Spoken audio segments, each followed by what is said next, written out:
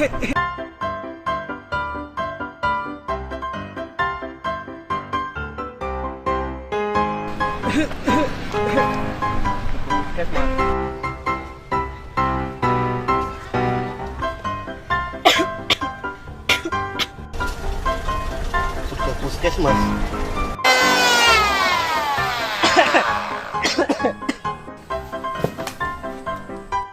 Berobat ke belum?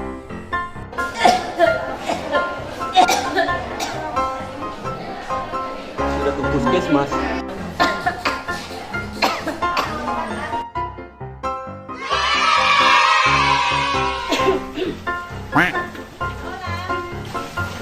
Berobat ke belum?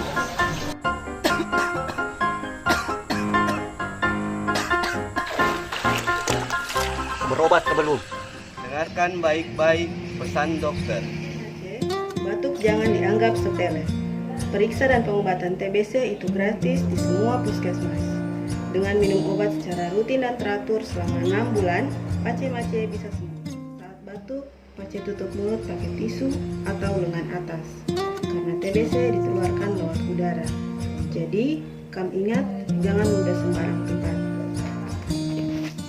Untuk mewujudkan Indonesia Bebas TB, mari kita semua dukung TOS TB. Temukan, obati, sampai sembuh.